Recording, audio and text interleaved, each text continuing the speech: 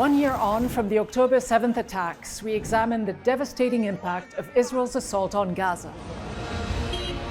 The loss and grief we have been experiencing all of these days, we're talking about a year of constant grief, loss, seeing blood, seeing people scatters on the floor, seeing people being collected and rescued from under the rubble. We documented these scenes, and we did not only document them, we lived them. We have seen mass indiscriminate attacks in so-called safe zones. The safe zone legally requires the occupying power, Israel legally, to provide food, water, medicine, and that's nowhere like the military indiscriminate attacks that have gone on for a year. That speaks to something, that speaks to the way this has been fought, that speaks to this being what UNICEF calls a war on children. We ask how the region moves beyond the bloodshed and impunity. Perhaps one of Israel's only allies left in the world. It has to stop fueling the war in Gaza, and it has to help us end the war in Gaza.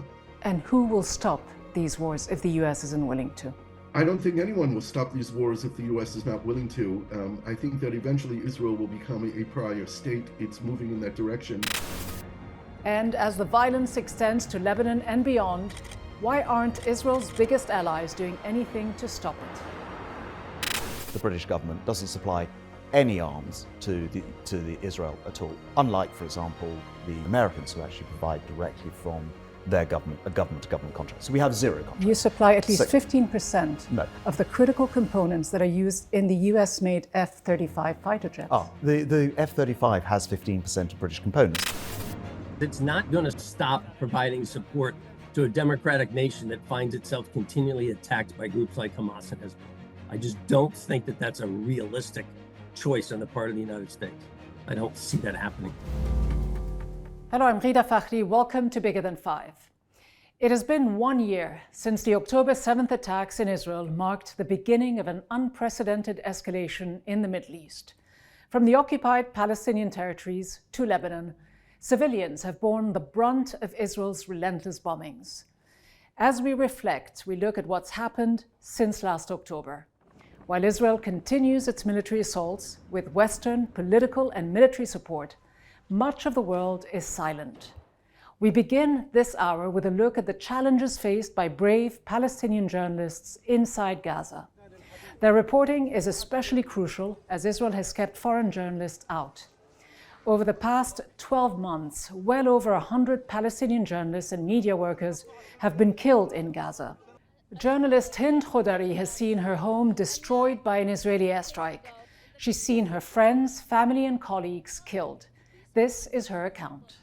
Reporting from Gaza during this war was like more of a miracle. I swear, how could you ever report in such circumstances? No water, no electricity, no internet, telecommunications blackouts, displays. No, you don't even have a toothbrush or a toothpaste. You don't have anything. Do you know how you start from scratch? And it's not only the fact people were displaced and they were starving and everything. Us too, reporters, were also facing the same exact situation, but with more responsibility, because we felt that we are the people responsible to carry the message to the world and to continue reporting about Palestine and Palestinians. What are the challenges? There has been a lot of challenges. The first challenge is not knowing if you're going to make it till the end. Every single time, as if I'm standing right now here in front of you, I feel like I can't go home, or I'm going to be killed at any moment, or the Israeli forces are going to strike something very close, or I could be injured. And not only that, the bare minimum tools and equipment that we have been for more than a year not having anything entering the Gaza Strip, because since the war started, Israel imposed a blockade other than the blockade that was here before the war. Our mental situation is exhausted, we're collapsing, and it has been a lot on all of us. And we're not only reporting this genocide, we're also living it. What do I think the future holds? I don't see any future. We lost everything, and I don't have any feeling or any hope for anything. I'm sorry to say that, but I'm very pessimistic. Since Israel's war on Gaza began, more than 17,000 Palestinian children have been killed, including 2,100 infants. At least 4,000 remain under the rubble, according to Save the Children. The charity said earlier this year that, on average, Israeli attacks were causing 10 children per day to lose at least one limb. Joining us now to discuss the humanitarian impact of Gaza's war on children is UNICEF spokesperson James Elder. James Elder, you're in Gaza and you have been in and out over the last 12 months. How bad is the situation today when you compare it to previous months? It gets worse every single time, Gita, and this shouldn't surprise people because this is now a year of bombardments. It's a year of denials and restrictions of aid, of the essentials people need, whether that's water, whether that's medicines, whether that's just simply a tent. They've already been through one winter. It's terrifying to think of the next. So the cumulative effect on this, the way people have just been pushed to the very margins, and I mean the margins. I have spoken to young people who talk about, quote unquote, I want the next bomb to be on me. That's because people they're at an absolute wit's end. And it's a physical exhaustion as well. So now, after a year, when I look at people right now in Gaza, the way families are crammed together, 85% of the Gaza Strip is currently under some form of an evacuation order. So this was already one of the most densely populated places on the world. Now, homes destroyed, loved ones killed, all that physical and psychological trauma moving 3 or 4 times, and now we see people literally crowded side by side, without the sanitation they need, without the medicines they need, and still the bombs falling. So yes, people are psychologically, physically shattered. It wasn't long ago that I walked through a camp and met a doctor who held my hand. He's a medical doctor. He's 62 years old. He's worked his whole life. And he's like, I don't have money for shoes. And he's in tears saying, I know I need to be strong for my boys, his adult children, but I've got nothing left. That's a scene we see across the Gaza Strip. James, you mentioned the physical and psychological toll that is quite unimaginable when you think of what Gaza's children have been through over the past year. Have you ever seen this scale of human suffering when it comes to children in all of the years that you have worked for UNICEF in different places around the world? I've never seen the way it's ubiquitous here, that I'm in a hospital and there is any way you turn in 360 degrees and there is going to be a child with massive head wounds there is going to be a child on the floor who will get an amputation because there simply isn't the medicines, despite what are extraordinary health workers. I haven't seen the complexities and the challenges and the loopholes that we have to go through to get life-saving aid, remembering the responsibility for all these things, for the protection of civilians and to ensure that wherever they are, they have food, water, medicines. That falls on the occupying power, that falls on Israel. And whether it is from the relentlessness of drones, which I still hear now, or the bombings, or just simply those deprivations. No, this stands out, and I don't think anyone expected it to go on that long. And psychologically, Gita, as you ask, I mean, we are, and I talk to child psychologists, we are in uncharted territory when it comes to Gazan children, and that should concern everyone. Now, this is a lot of people wonder how this place is still surviving and functioning. Gaza has not fully collapsed because of Gazans. We should be very clear on that. There are very few places in the world that hold education to the level of importance as they do here. We already know that Gaza and this area has one of the highest rates of literacy on the planet, right? Gazans are known in terms of academic performance. They are the graduates you want. So when UNICEF is out there looking at trying to rebuild water systems or health or nutrition or run a polio campaign, it's the Gazans we're working with, because no matter what crisis, they put a very, very high level of importance on education. But now, no matter what those parents and grandparents do, we are at risk of losing a generation. And that should concern everyone, no matter what their political affiliation. So where does all this leave the future of Gaza's children, many of whom have lost everything they have? They've lost their families, their homes, their education, their limbs. What kind of future do they have? Yeah, it's a great question. And I think that I mean, the level of trauma, as any child psychologist will tell me, we can't even begin to really address that, to know the depth of that and the damage it's being done. And it does damage socially, it does damage economically. It has a very real sense, this generation going beyond. We won't know it until the bombs stop. It's another reason why pauses, ceasefire, whatever you want to call it, is so critical here. So this current generation, when I walk through camps, as a grandfather said, I mean, UNICEF works with children, Gita, and I'm always so conscious of grandparents who, this is their twilight years, and they are sitting around in unclean camps with families having lost children, having lost loved ones, having lost their own families, and it's just not how anyone should be seeing these final years. So for children now, if we cannot find ways to recover education, remembering Gazans will do everything they can. They've already shown that over past crises. They will put education pretty much above everything. We've seen surveys. They value education right up there with getting food and water. But it cannot continue while the bombs are falling. No one knows where is safe. It's an impossible scenario. And we've talked about safety a lot. There is simply nowhere safe. It's a very dangerous narrative that's been shared about potential safe zones. They simply don't exist legally, ethically. There's no such thing. We've in fact seen many of these so-called safe zones hit. So children are aware of that. So there's no schools. They're unable, no matter their parents' best efforts. There's a psychological impact now that children are learning, where things are so grave here, Gita, that children are able to look into their parents' eyes and they've learned, my parents can't protect me. And that's a horrendous moment of reflection for a parent. And parents have learned that they have lost the ability to protect their children. So as I say, this is uncharted territory for a population of people for whom nothing is more important than the education of their littlest ones. James, Gita, you say that there are no safe zones left. You also say that parents are not able to protect their own children. Who is, in fact, able to protect these children, many of whom have been separated from their parents, have been orphaned, are left to their own devices? Who is able to protect them and offer help to them? Well, there's two parts. I mean, okay, so UNICEF, we do a lot of work, whether it's hundreds of thousands of people, hundreds of thousands of children reached with cash. The water supply here has improved, things like this. We have partners, very brave partners here on the ground in Gaza who will work with those separated children. So that's something.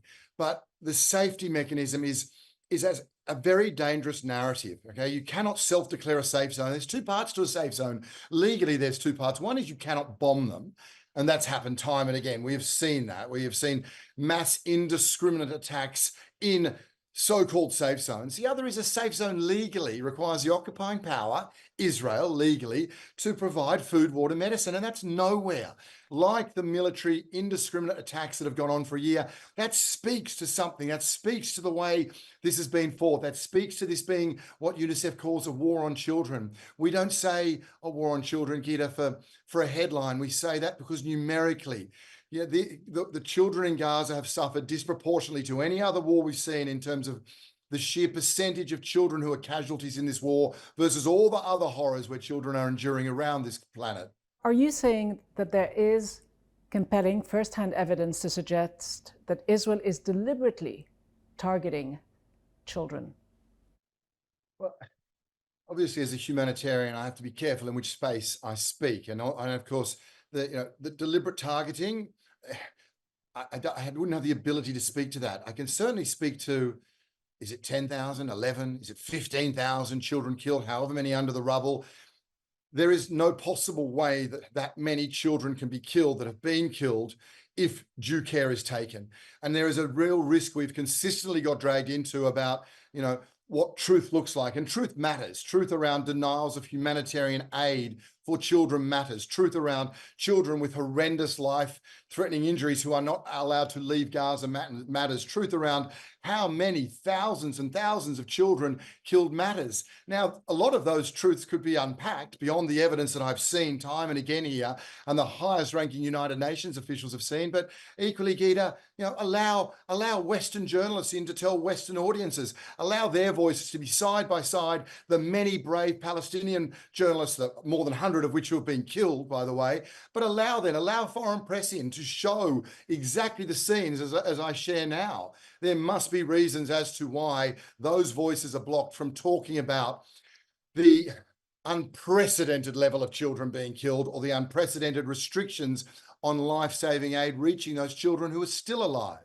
James Elder, thank you so much for joining us from Gaza. Really appreciate your time. Thanks, Gita. Now, despite the rising civilian death toll in Gaza and Lebanon, Israel's Western allies, including the United Kingdom, continue to provide crucial military and political support to Israel.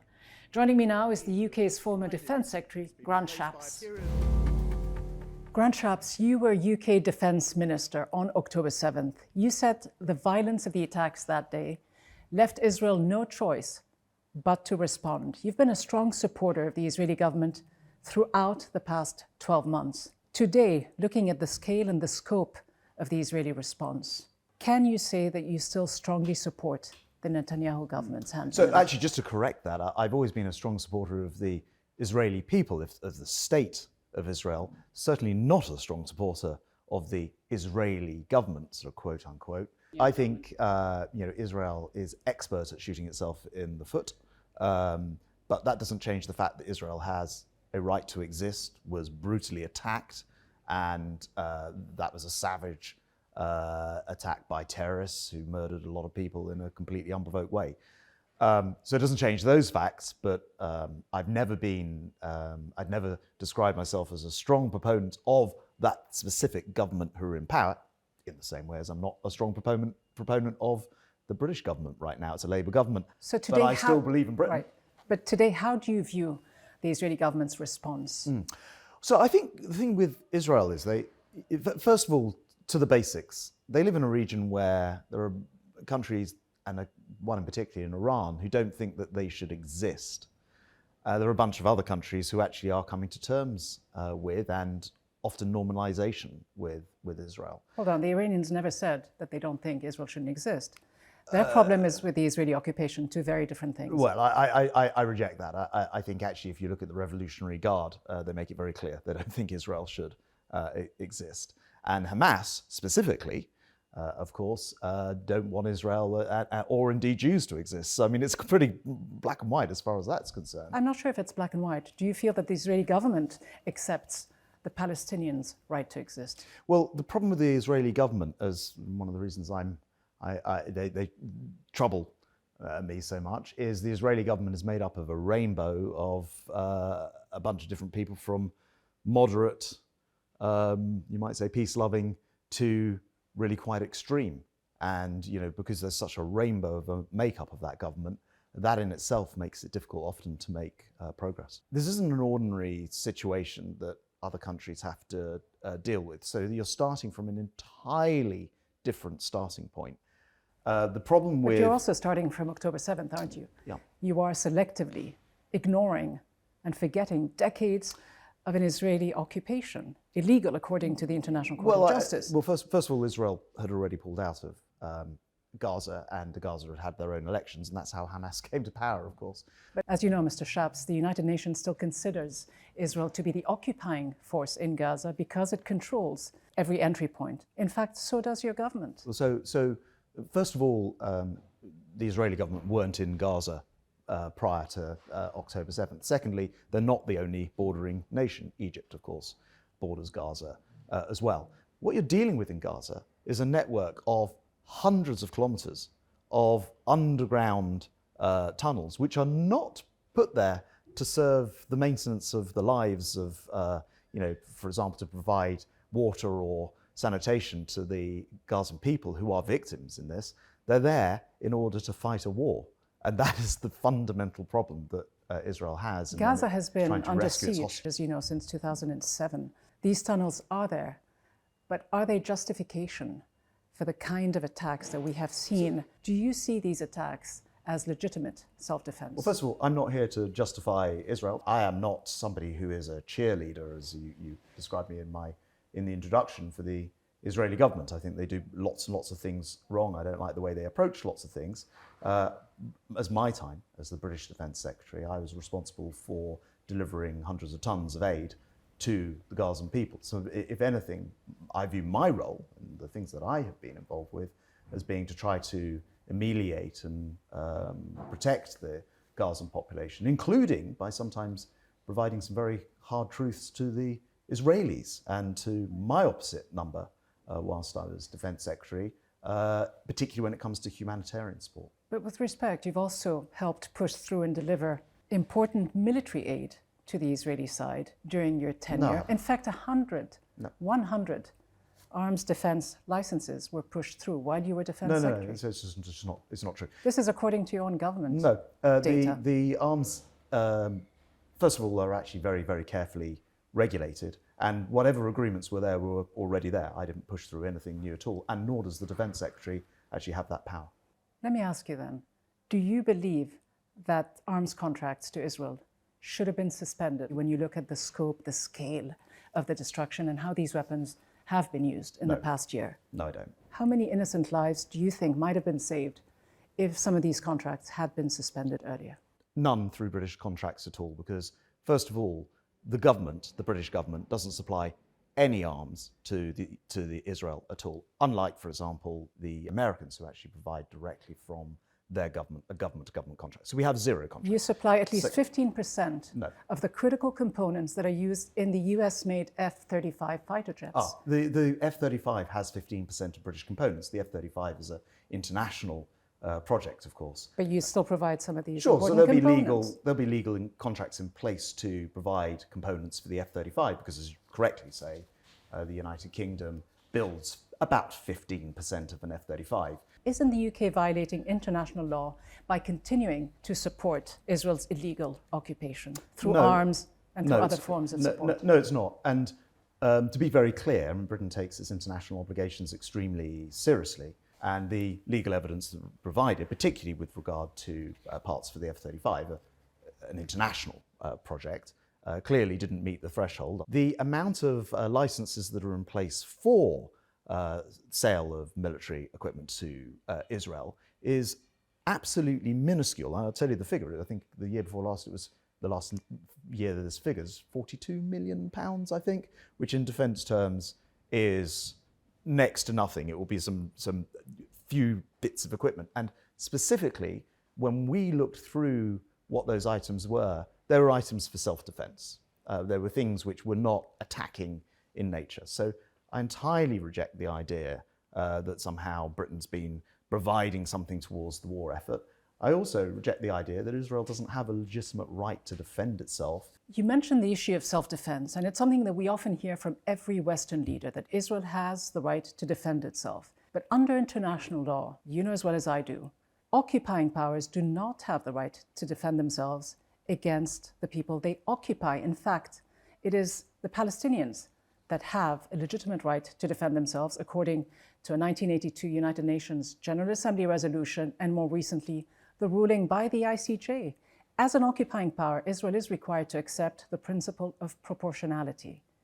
Do you truly believe that Israel's actions over the past 12 months have come anywhere close to meeting this principle? So I've been very clear in calling out Israel where I've been concerned. So for yes example... or no? Has it come close to meeting the issue of proportionality? Let me answer your question, because first of all, again, it's misleading to your viewers to say that Israel was occupying Gaza before the 7th of October. Israel, as you know, pulled out many years ago from Gaza and allowed it to be a self-running area. Mr. I believe hold on. The United in Nations still considers Israel to be the occupying power in Gaza.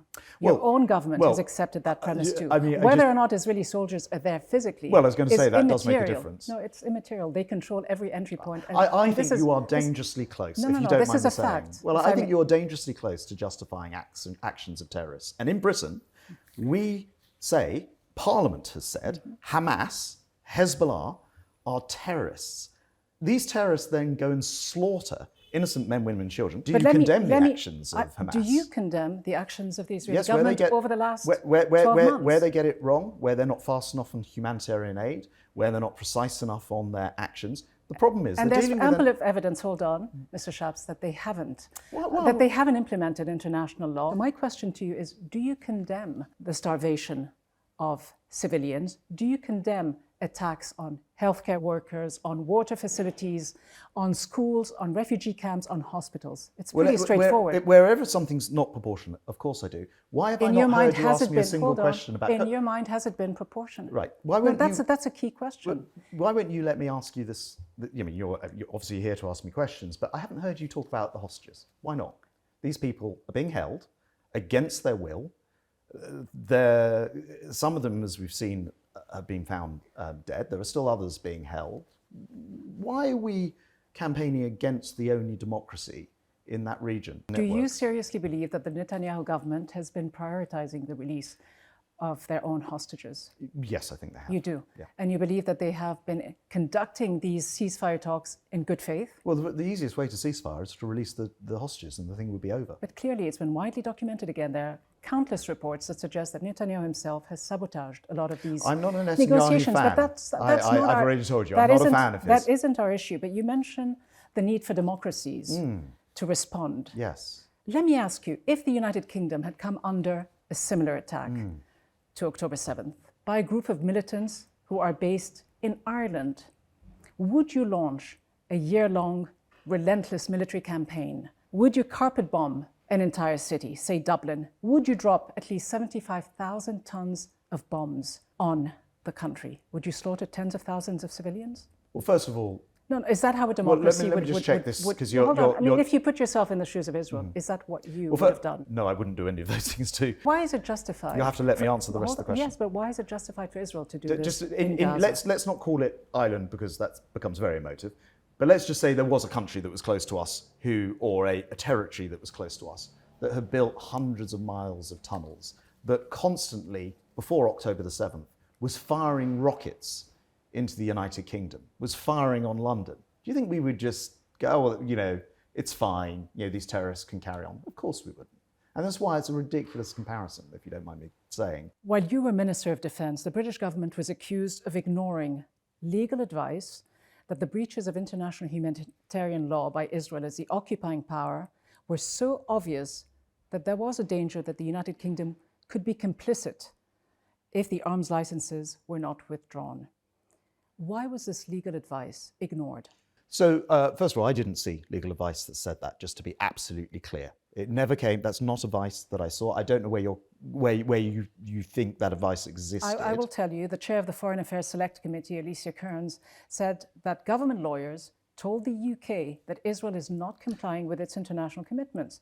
So my question again is, why did the government that you were part of not disclose this? Why did it continue its arms licenses? Alicia Kearns, who I know and like, wouldn't have actually have had that paperwork either. She has heard hearsay, I assume. I've never seen a single document that said that, so I don't think it's actually true. Was there any legal advice No, given to your government? Not to me, and B, to be clear, legal advice will say, look, you weigh up both sides of an argument. If such and such, then it could be Y. If it's such and such, it could be X. And then an individual, in this case the Foreign Secretary, not the Defence Secretary, will look at the legal advice in the round and then have to make a decision. And that's properly how it works. I don't believe that the chair of the Select Committee will have herself had some legal advice. I don't believe that piece of paper exists. Human rights groups here in the UK have argued that according to UK law, arms should not have been granted if there was, quote, a clear risk that the items might be used to commit or facilitate a serious violation of international humanitarian law. My question to you again is, was there a risk that this could have been happening? No, because the things we were providing are, you know, the types of things that might provide protection to soldiers, the things which might make it easier to rescue, for example, hostages, which included British hostages as well. I just find it extraordinary that we spend all our time not talking about the terrorists and instead talking about a country. I may disagree with their government, but I don't disagree with their right to exist. And I think this interview comes dangerously close to suggesting that they don't have a right to exist. It's ignoring Iran, it's ignoring Hezbollah, it's ignoring Hamas. You haven't asked me a single question about the Houthis and the Iran-aligned militia. Those are the people we should be spending all of this time talking about. The ICJ believes that there's a plausible case of genocide being committed right now in Gaza. So I think now is the time to focus on what's going on there. There have been reports, Mr. Shapps, that the UK government has been flying spy planes over Gaza, and that it has at its disposal footage that shows that the Israeli forces may have been committing war crimes. Now, the reports in the UK press suggest that the UK government has had this information but is unwilling to publish it. Why not? I can categorically tell you that in my time, and it ends 3 months ago, there certainly was absolutely no evidence of that type in our hands whatsoever. We absolutely did authorise the use of ISR, so being able to look from the sky in order to rescue, in particular, the British hostages. It's a decision that Parliament approved and we would make again. The footage does not exist? Absolutely not. You've never seen it? Absolutely not. So no, I can categorically tell you that certainly up until 3 months ago, categorically that is untrue. Quite rightly, we provided support from the air to try to rescue hostages. I would do that again every single day of the week. Grant Shapps, thank you very much. Thank you. Now let's shift the focus to ceasefire negotiations. How have they progressed over the past year? And what is the Israeli government's endgame? We're joined by Gershon Baskin, who spent years as a back-channel Israeli negotiator with Hamas. In 2011, he negotiated the release of Israeli soldier Gilad Shalit in exchange for 1,000 Palestinian prisoners, including Yahya Sinwar, the leader of Hamas in Gaza.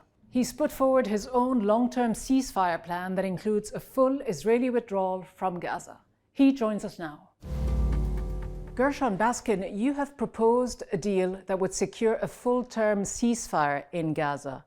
But with the recent escalation in Lebanon, just how likely is Netanyahu to accept any kind of agreement that would end his ongoing wars? It's very clear that Netanyahu is not interested in ending the war in Gaza, and the escalation in Lebanon and the military successes as posed by Israel in Lebanon certainly don't encourage him to end the war in Gaza. It is clear that Netanyahu is an obstacle to reaching an agreement on the ceasefire, on returning the Israeli hostages, on replacing the Hamas government in Gaza with a civilian technocratic government, which is not Hamas. Netanyahu still has this illusion of total victory, as he spoke in his delusional speech in the United Nations. What is the end game for him? What is his priority if it isn't the release of hostages? I think his end game is no end game at all. He wants to continue the battle on the two fronts, on 3 fronts, 4 fronts, or even more, because this is his political survival. We've seen him rise in the polls suddenly, get a spike in the polls after the assassination of Hassan Nasrallah, and the recent military successes of Israel has caused Netanyahu's base to return to him. And a poll was published this past week showed for the first time since the beginning of the war that he is the leading party in Israel once again. You mentioned his political survival. Was this ever about the hostages? Was it even about Hamas and Hezbollah, or has it always been about Israel's colonial project known as Greater Israel? No, I would say that we couldn't accuse the prime minister of not caring about the hostages. They have not been the first priority. But it would be too cynical to say that he didn't care about his own citizens. It is clear that he's willing to sacrifice those citizens in favor of what he perceives as the greater war aim. And the greater war aim for Netanyahu is ultimately Iran and protecting Israel against a potential nuclear Iran. This is Netanyahu's vision. I think it's not really in touch with reality. He has a narcissistic view of his own role in the history of this country, in the history of the Jewish people, seeing himself as the great savior, Mr. Security. But we know that he holds responsibility for what happened a year ago on October 7th. If what led up to October 7th, the failure of Israel to defend its citizens and its borders, and the disastrous nature of his government that has been dysfunctional in this whole past year. So I think that Netanyahu really has a different vision of himself, but I wouldn't say that he doesn't care. And it's not about the bigger colonial project. I think it's about Jewish survival as the way that Netanyahu perceives it. You have negotiated agreements with Hamas in the past, and you've said this, quote, "There is no military victory in a war like this, and Israel needs to understand this." Will Israel eventually need to sit down with Hamas and negotiate a political settlement? I think that a political settlement between Israel and Hamas is very unlikely. Israel won't negotiate directly with Hamas. Hamas won't negotiate directly with Israel. I think that the only way we're going to see this war end is through an agreement that will be negotiated through third parties, through the Qataris, the Egyptians, with the help of the Americans. What's concerning the Americans right now, and this I've been told by people in the White House, in the West Wing, is that the Hamas not continue to control Gaza when this war is over. This is the American concern, and the Americans won't back this deal that I put on the table of ending the war within 3 weeks without knowing that Hamas will step down and there will be appointed a government of technocrats, of professionals who will take over the control of Gaza. I don't know what the future of Hamas is going to be. I think that Hamas committed suicide a year ago on October 7th when they committed these atrocities. I believe that Israel's long arm will reach the entire leadership of the Hamas movement that was responsible for October 7th. That doesn't mean an end to Hamas. The only way to put an end to extremist ideologies is by offering people hope of a better future, of dignity, of independence, of freedom. And that's what has to be down the road. But I don't think it's with Hamas. It'll be with other credible, legitimate Palestinian leaders who are willing to live in peace with Israel. But can Israel continue to assassinate every top Hamas leader, or Hezbollah leader for that matter? You said those who are seriously considering doing to Sinwar what Israel did to Nasrallah. Remember, there are hostages still in Gaza. Think of them first. How consequential would his assassination be for the remaining hostages? I think that if Sinwar were to be assassinated, that his troops who are holding the hostages would execute them, as we saw 6 Israeli hostages executed about 3 weeks ago when the Israeli troops were on their tail. So I think it's very dangerous, and it's a different situation in Gaza than it is in Lebanon, simply because the hostages are there. Obviously, assassination policies are not going to move us from this condition of warfare and hatred and animosity to any better situation in this region. But in order to move to that place, we're going to need new leaders in Israel and in Palestine. What happens to Palestinian prisoners who are in Israeli jails? According to the Israeli human rights group B'Tselem, as of the end of June, Israel was holding 9,440 Palestinians on what it defined security grounds. Many of them, we know, children and minors. What becomes of them? Well, I think the number is now closer to 14,000 is what I'm hearing. There will be a prisoner release when a deal is signed to release Israeli hostages. But at the end of the day, everyone here has to understand that eventually these two sides, Israel and the Palestinians, will make peace. And when there is a peace agreement, there is general amnesty for anyone who's imprisoned for crimes committed or alleged crimes committed against the other side in the war. This is where we need to lead to. This is what I've told Hamas leaders for many, many years. If you want to free all your prisoners, make peace with Israel. That's the best way to enable us all to have a decent life, the same life that we all want. We all want the same things. We want independence, security, dignity, and both sides have to have it in order for it to happen. Who is the key obstacle? Any agreement needs both sides to agree to it. Hamas has told me that they're willing to accept this deal of 3 weeks, end of war, Israeli withdrawal from Gaza, freeing the Israeli hostages, an agreed number of Palestinian prisoners freed, and Hamas says that they're willing to transfer governance in Gaza to a non-Hamas technocratic body. This is a deal that is on the table. It should be on the table. Hamas says that they accept it, except that it told me that they accept it. They have to tell the officials, the Qataris, the Egyptians, the Americans. The message needs to get to the Israeli officials. They told you they accepted it. Do you trust them? No, I don't trust anyone here. I think that deeds have to be done in order to gain trust. Words are empty and are meaningless unless they're turned into something actionable. And here's the problem. When Hamas was asked by senior journalists from the New York Times if they accept this 3-week deal, they denied that it was an official acceptance. Now, they told me that they told the New York Times that they denied it because it weakens their negotiating position if they admit to it. But this is shooting themselves in the foot. They need to own the agreement that they say that they support, and they need to inform the Qataris, the Egyptians, the Americans need to be informed. What about the Netanyahu government? Have they given you any sign that they would accept your ceasefire plan? The Netanyahu government is not willing to accept the ceasefire plan right now. I believe that the only way that we're going to get there is if President Biden decides that it's time for him to put the pressure on Israel to force Israel to accept the deal. President Biden needs to understand that he's in his days of determining what his legacy is going to be for his presidency. He's a politician who was in American politics for 50 years. He has a wonderful track record, but is he going to be remembered as the president of the war in Gaza, or is he going to be remembered as the president who put an end to the war in Gaza and brought the hostages home? This is his choice that he has to make, and he has to make it now. The Americans want to know that Hamas won't govern in Gaza. We have told them that Hamas says that they won't govern Gaza after the war. The Americans need to adopt this 3-week proposal and force Netanyahu into it. Otherwise, this war will just go on for a lot longer. What are the chances that the Biden administration, in its waning months in office, would actually put any pressure on Netanyahu to stop his war, that they would stop fueling his war machine? Have they been a good friend to Israel, in your opinion? I think good friends don't let their friends drive drunk. And this is what the Biden administration has allowed this Israeli government to do. This war should have ended after a week, back after October 7th, when Israel would have responded immediately. And then the Americans should have convened a regional meeting involving all the neighbors to figure out what to do with the future of Hamas, with the future of Hezbollah, with the future of this region.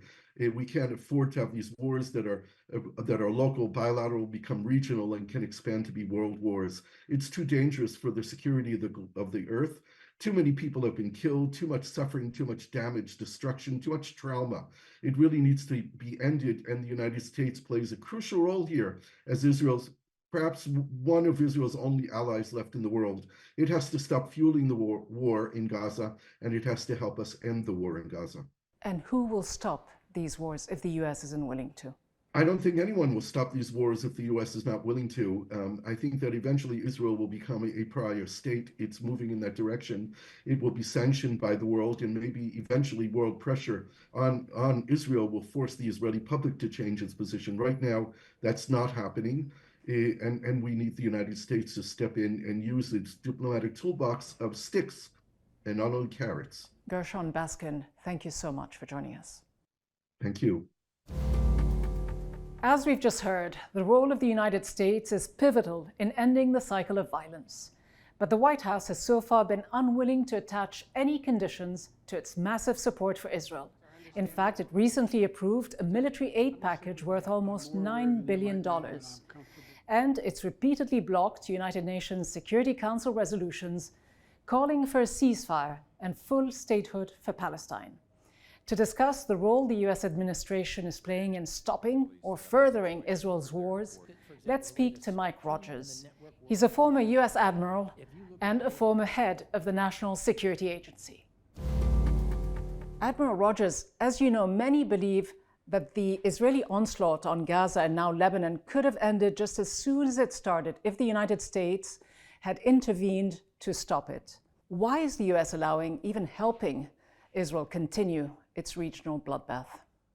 So I would first disagree with your characterization of the United States as allowing Israel to do something. Remember, Israel is an independent sovereign nation, and as such, it has the right to make its own choices, even as others may very well disagree with them. But my sense is the United States is trying to communicate two things here. Number one, the United States believes that Israel has the right to defend itself against both Hamas and Hezbollah, both of which have attacked it repeatedly over the course of the last year. At the same time, the United States, I believe, is also trying to say to Israel, look, even as you're defending yourself here, it's important that we try to minimize casualties because they are going to occur. You say that Israel is its own independent sovereign state, but we all know just how crucial the United States' support is to Israel and how important it would have been for the United States to rein Israel in.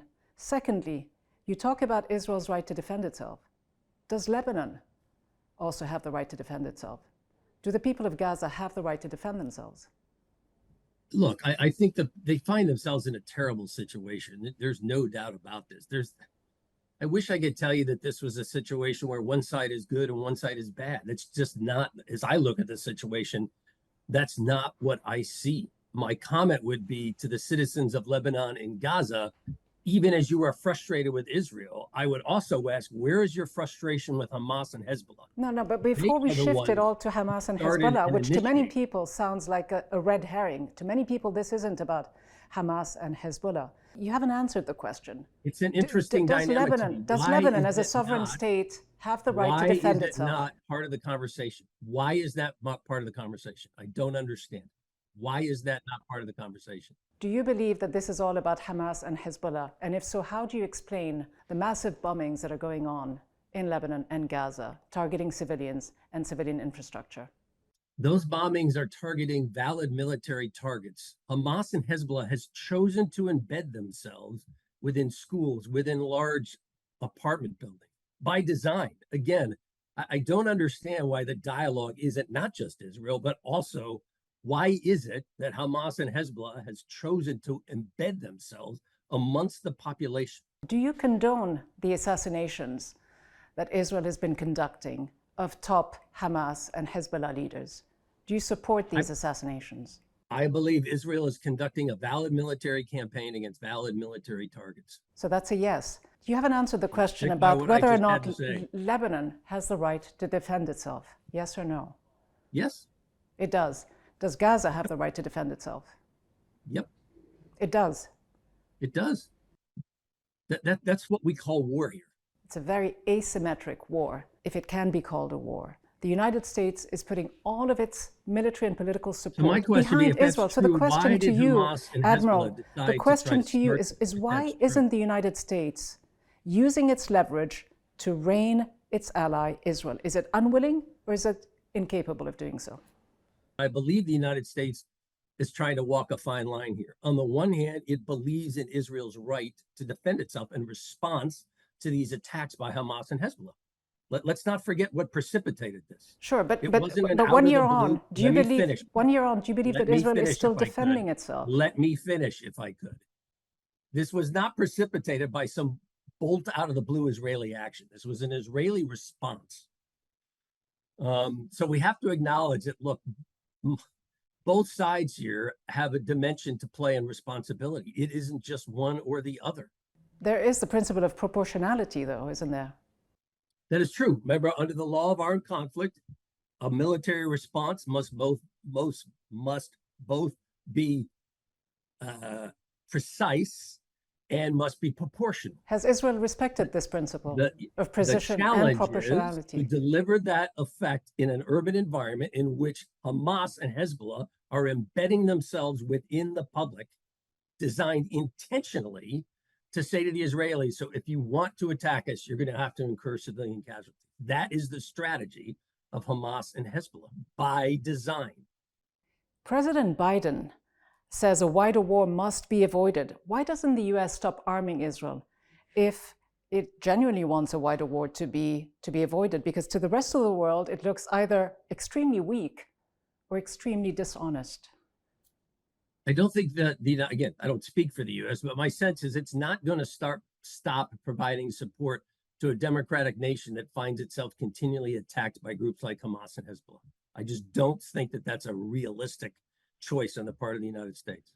I don't see that happening. But is it in your own best long-term national security interest to keep supporting Israel, regardless of the crimes it may be committing? The support to a democratic state, I think, is a very valid course of action by the United States. Let me ask you this. If the attacks that we're seeing in Gaza and Lebanon had been happening in Ukraine or anywhere else in Europe, would we, at the very least, have seen immediate sanctions and calls for regime change? To be honest, I don't know. I honestly But just imagine that for a moment. What do you think would have been the Western and US response? I think we're mixing apples and oranges here in the sense that what the Russians have done in Ukraine is a totally illegal attack on an independent sovereign state for which they had no legitimate cause or reason to do that. Russia was never attacked by anyone. And you believe the attacks in Lebanon are legal? It's a sovereign state. I believe that Israel is executing under the law of armed conflict a lawful response against a valid military target. Even as I acknowledge, in so doing, we're seeing terrible casualties and destruction. Isn't this going to create far more radicalization in the Middle East and a whole new generation of fighters who will take up the cause of their murdered families when the dust settles eventually? So I think you make a very important point. The challenge to me is, okay, so even as we are executing these valid military activities, what's the long-term solution here? It can't be just endless warfare. That's not going to get the region to a better place. It's not in the long run going to help the interests of the citizens of Israel, Lebanon, Gaza, the West Bank. But so what is the end game here? Does the United States even have a strategy? More than 2 decades ago, we saw how the United States invaded Iraq illegally. And we're now seeing Netanyahu, just like he did all these many years ago, cheerleading for another war, this time against Iran. Will the US be dragged into a war with Iran, and what will be the consequences of this? Well, clearly, I think what the US argument or its position is, hey, look, even as you're executing this lawful military activity, number one, we need to try to minimize the casualties and the damage.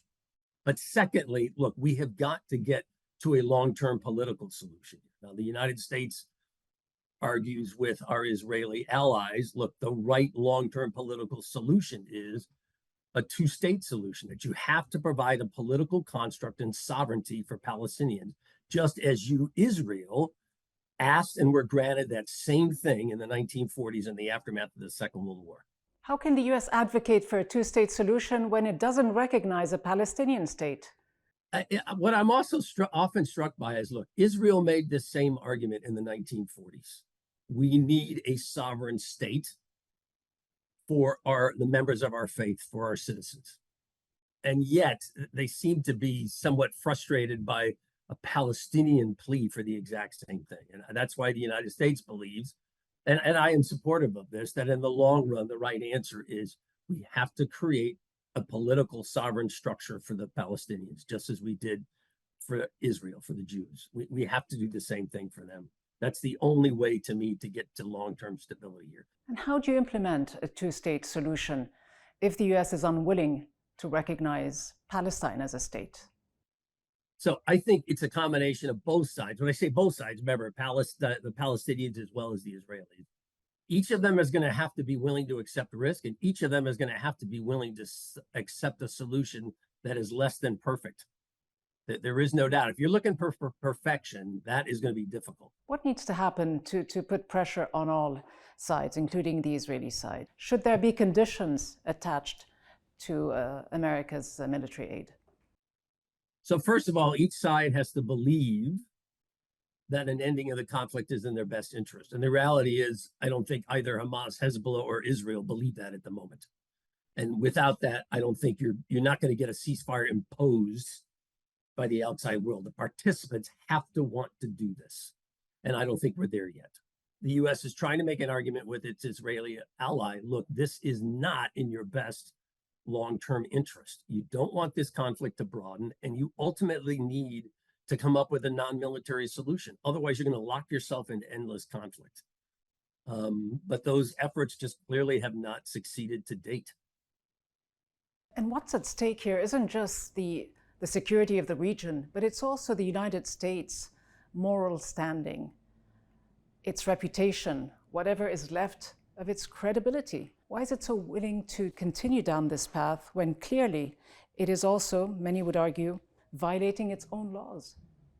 Because I think my sense is the United States believes that standing up to terrorism, that standing up to Iran's use of surrogates to seed violence in the nation to attempt to destroy Israel is both unacceptable, illegal, and not in the best interests of the broader global community, to include the region. If you're looking for perfection, you're not going to find it in Israel. You're not going to find it in the United States. You won't find it anywhere. Admiral Mike Rogers, thank you for joining me. Thank you very much. As we look ahead, the need for accountability grows ever more urgent. The ongoing slaughter in Gaza and the occupied West Bank, and now Lebanon, suggests there can be no lasting peace without confronting Israel's war crimes. Crimes enabled by Israel's sponsors, crimes that risk pushing the entire region to the brink, creating long-term instability and a whole new generation of fighters seeking revenge and justice. From me, Rida Fakhri, and the entire Bigger Than 5 team, thanks for watching.